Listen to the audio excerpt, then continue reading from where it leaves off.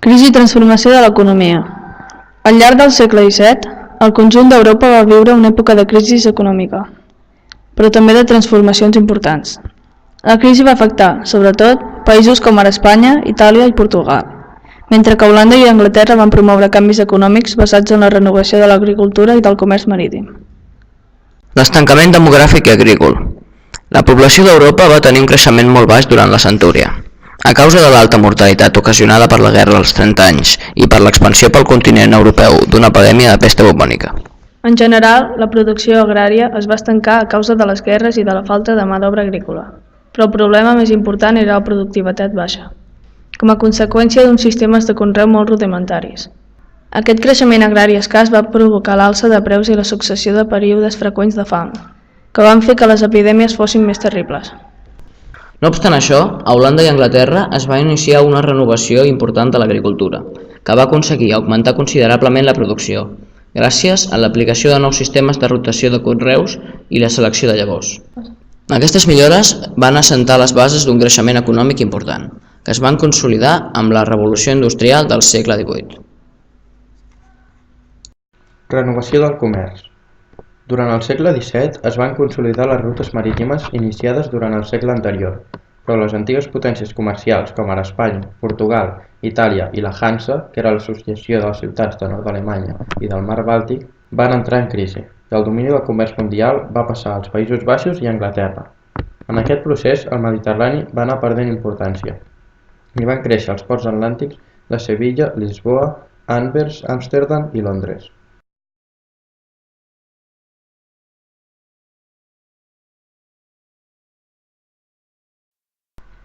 El canvi d'hegemonia a Europa. La primera meitat del segle XVII va estar marcada per l'esclat de la Guerra dels 30 anys. La Pau de Westfàlia, el 1648, i la Pau als Pirineus, el 1659, van ratificar la fi de l'hegemonia de l'imperi hispànic a Europa i van consolidar l'ascens de les noves potències, com ara els Països Baixos i Suècia, però sobretot França. També van significar la proclamació de la llibertat religiosa per cada país i van posar fi a més d'un segle de guerres constants a causa de la religió. Els països del nord d'Europa, Suïssa i Anglaterra, van consolidar les seves esglésies nacionals luteranes, calvinistes o anglicanes, mentre que els països del sud d'Europa i Àustria van continuar mantenint la fidelitat a l'Església catòlica. La derrota dels Habsburg va suposar la fi d'una concepció d'Europa, iniciada per Carles I, que es fonamentava en el predomini d'aquesta dinastia sobre el conjunt de prínceps i reis europeus i en la imposició del catolicisme com a religió de l'imperi. La monarquia absoluta. En alguns països europeus, encapçalats per França, la monarquia autoritària va evolucionar cap a la monarquia absoluta, en la qual el rei concentrava tots els poders i constituïa l'encarnació mateixa de l'Estat. La monarquia absoluta, igual que a l'edat mitjana, es considerava d'origen diví, perquè es creia que l'autoritat del monarca proveïa directament de Déu, en el nom del qual exercia el seu poder. El rei era la llei, l'autoritat màxima de govern, el cap de justícia, i dirigia la política interior. El seu poder no se sotmetia a cap control i no compartia la sobirania amb ningú. Per això el rei governava al marge dels parlaments, que només convocava en comptades ocasions en què la situació econòmica era molt greu. Per aplicar les seves decisions, el monarca estava auxiliat per ministres, consellers i secretaris, i també per un gran nombre de funcionaris. La França de Lluís XIV. La segona meitat del segle XVII va estar marcada per l'hegemonia francesa a Europa, on va triomfar l'absolutisme monàrquic de Lluís XIV. Lluís XIV, conegut com a rei sol perquè el seu poder era absolut, va imposar el seu domini sobre la noblesa i els parlaments, i va traslladar la seva cort al Palau de Versalles, a prop de París, on es va envoltar de cortesans i consellers fidels que l'assessoraven en el govern. Reforçada la seva autoritat a l'interior del país, Lluís XIV va voler imposar el prestigi de França a l'exterior per mitjà de victòries militars. Per fer-ho, va desencadenar una sèrie de guerres destinades a ampliar les fronteres franceses cap a l'oest. Sota el seu mandat, França va aconseguir imposar el seu poder polític i militar a Europa i va exercir una gran influència en el terreny cultural i artístic. Els inicis del parlamentarisme. Mentre que a la major part d'Europa triomfava l'absolutisme, a Anglaterra i als Països Baixos es va desenvolupar un sistema polític en què la monarquia cedia part del seu govern al Parlament. Aquesta nova forma de govern era el parlamentarisme. A Anglaterra, després de l'intent fracassat dels reis de la dinastia Stuart d'implantar l'absolutisme i eliminar el control del Parlament, es va nomenar rei l'holandès Guillem d'Orange. El nou monarca va acceptar la Declaració de Drets, promulgada pel Parlament francès l'any 1689, que contenia els drets dels ciutadans i fixava que el monarca no podia decretar lleis ni impostos sense l'aprovació del Parlament. Després de la independència de l'Imperi Hispànic, els Països Baixos es van organitzar en una república, que comprenia 7 províncies. Cadascuna comptava amb el seu propi Parlament i es reunien a l'Estat General per adoptar decisions comunes. Les bases de l'edat moderna. Durant l'edat mitjana es donava més crèdit al saber revelat a les Sagrades Escriptures i recolzat en la fe de l'experimentació. Durant el Renaixement, alguns científics van començar a qüestionar-se les creences de la seva època i van proposar noves teories basades en l'experimentació i en la raó.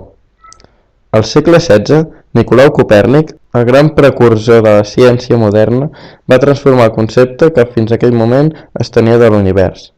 Va formular la teoria de l'heliocentrisme, que situava el Sol al centre de l'univers, amb els planetes girant al seu voltant, i suposar el geocentrisme, acceptat universalment en l'època i defensat per l'Església. No obstant això, va ser al llarg del segle XVII quan es va adoptar una nova actitud envers la ciència. Investigar la naturalesa amb els propis sentits i expressar les notificacions en llenguatge matemàtic exacte.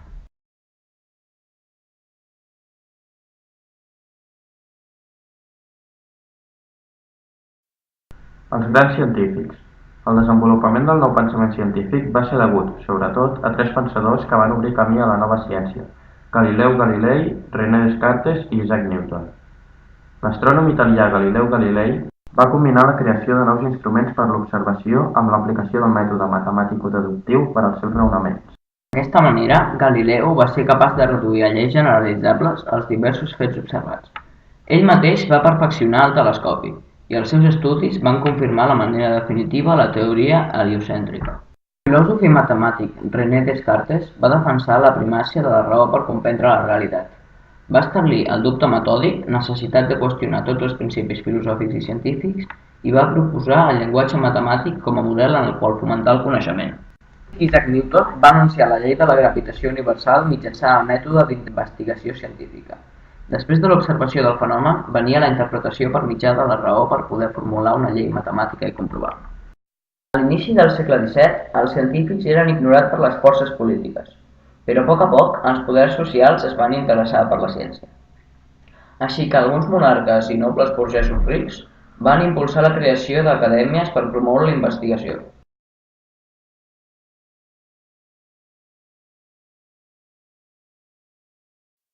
La mentalitat del barroc.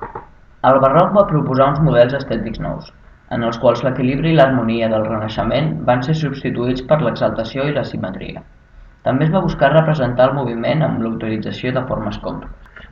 L'objectiu dels artistes era crear una obra que exaltés els sentiments de l'espectador, i per això van recórrer a la representació d'escenes amb un gran sentit de teatralitat i la utilització de nombrosos simbolismes. El naixement del nou art va estar molt condicionat per els enfrontaments religiosos entre catòlics i protestants, que van devastar Europa durant els segles XVI i XVII. Les diferències religioses es van plasmar també en les concepcions diferents de l'art. Als països catòlics, el barroc es va convertir en el gran propagandista de la Contrareforma. La representació de miracles, d'èxtasis místics i de màrtirs havia de promoure la fe i la pietat dels fidels. Així mateix, la fastuosa decoració de les esglésies era una demostració de la força i de la riquesa enfront de l'austeritat dels temples protestants. Als països protestants, l'absència d'imatges als temples va comportar la inexistència d'un art de propaganda religiosa. Les obres artístiques eren encarregades per la nova burgesia i reflectien un sentiment més intimista i quotidià. L'arquitectura. Itàlia i Roma en concret es van erigir al centre de la nova arquitectura barroca, que es van caracteritzar per la recerca de moviment i dinamisme. Els arquitectes com ara Gian Lorenzo Bernini i Francesco Borromini van modificar les planes i façanes dels edificis incorporant línies ondulades i substituint les plantes de creu llatina o grega per d'altres de més complexes de formes el·líptiques o ovals. Aquest dinamisme també es va accentuar mitjançant efectes de llum i ombra a l'interior, una exuberància decorativa que ornamentava els murs i les columnes. columna salomònica, cúpules impressionants. A més d'esglésies, es van construir edificis civils, palaus, fonts i places d'aspecte majestuós. A la resta d'Europa es va mantenir una tendència més clàssica en plantes i façanes, tot i que va haver un gran predomini decoratiu clar, sobretot als interiors de catedrals, esglésies i palaus.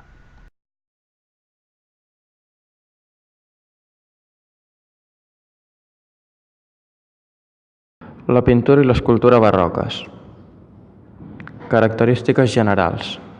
Malgrat la diversitat d'escoles i tendències, la pintura barroca representa elements comuns. El predomini del color sobre el dibuix i de la pintura a l'oli sobre la tela, tot i que també es continua pintant al fresc. Ús del contrast de la llum i l'ombra, el clarobscur, per modelar les formes i atorgar profunditat a les composicions. La recerca del moviment, per mitjà de composicions asimètriques, línies ondulades i cossos en posició obliqua. I la proliferació, en temes mitològics, històrics i retrats, que coexisteixen amb temes religiosos als països catòlics. També van ser freqüents la representació d'objectes inanimats i, sobretot, a Holanda, les escenes de la vida quotidiana i els paisatges. Tendències pictòriques a Europa. La pintura barroca europea del segle XVII no va ser homogènia i es poden diferenciar diverses escoles o tendències. L'escola italiana es divideix en dos grans corrents, la tendència classicista, representada per Annibale Carracci, que mostra més rigidesa i ordre en les composicions i busca la bellesa ideal. L'escola naturalista, la màxima figura de la qual va ser Caravaggio, pren la realitat com a model per aplicar-li temes històrics, religiosos i mitològics. L'escola francesa. La pintura francesa, en la qual destaca Nicolas Poussin, és més academista, perquè les seves obres segueixen unes regles estrictes en la composició i el dibuix, i predominen els temes cortesans. L'escola flamenca. A Flandes, la pintura barroca va tenir com a màxim exponent Peter Paulus Rubens. La seva obra reuneix les característiques principals de l'estètica barroca, com ara el predomini del color sobre el dibuix i el dinamisme i la sensualitat de les composicions. L'escola holandesa. A Holanda es va desenvolupar la tendència realista, caracteritzada per agafar els models directament de la realitat. En aquest sentit, va ser important el paper de la burgesia holandesa, que va impulsar la pintura d'escenes de la vida quotidiana, de retrats i de paisatges, per sobre dels temes religiosos. Rembrandt van Rijn, Frans Hals i Jan Vermeer van ser els artistes més representatius d'aquesta escola pictòrica. L'escultura.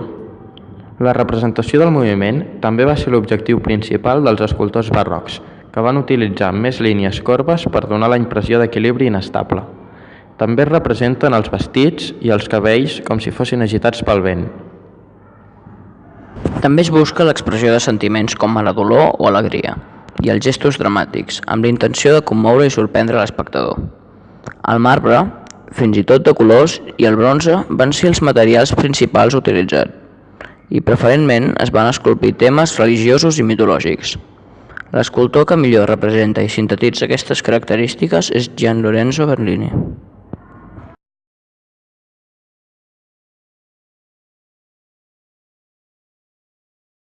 L'exuberància arquitectònica. En l'arquitectura, la inspiració clàssica i austera va perdurar fins a mitjans del segle XVII. A partir d'aquell moment, l'estètica barroca va connectar tant amb el poble com amb el gust de qui encarregava les obres, que solia ser l'església, la monarquia i la noblesa. La principal característica de l'arquitectura barroca era l'extraordinària decoració, representada sobretot en façanes. En l'arquitectura civil destaquem les places rectangulars amb una estàtua del monarca al mig. També cal destacar el xuriguerisme. Aquest estil es va caracteritzar pel fet de presentar obres d'un gran dinamisme i una ornamentació molt carregada a les façanes o retaules. L'escultura. L'escultura barroca hispànica presenta un predomini clar de les imatges religioses. Les imatges pietoses pretenien estimular la fe i la devoció dels feligresos. Per això es dotava les figures d'un gran realisme i es potenciava el dramatisme i l'heroisme dels personatges. El material utilitzat va ser, sobretot, la fusta policromada. Per incrementar el realisme de les imatges, s'hi afegien perruques amb cabells naturals, ulls de vidre, dents de marfil i llàgrimes de resina. També se les vestia i calçava amb peces de roba reals.